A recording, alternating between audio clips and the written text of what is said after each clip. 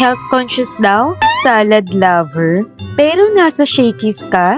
Yes, let me explain. Kasi kapag sinabi mong Shakey's, alam na natin agad. Pizza, chicken, Mojo's, tapos biglang What are you doing? salad. Pero today, paninindigan ko to. Magsasalad tayo. And apparently, hindi lang pala isang option ang salad sa Shakey's. Marami silang choices. Pero syempre, dun tayo sa bago.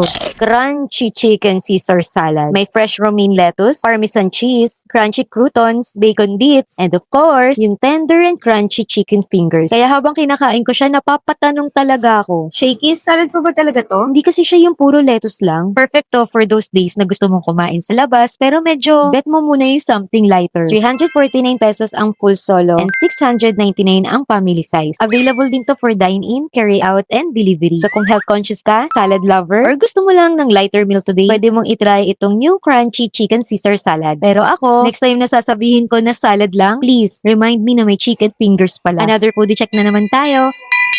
Happy foodie!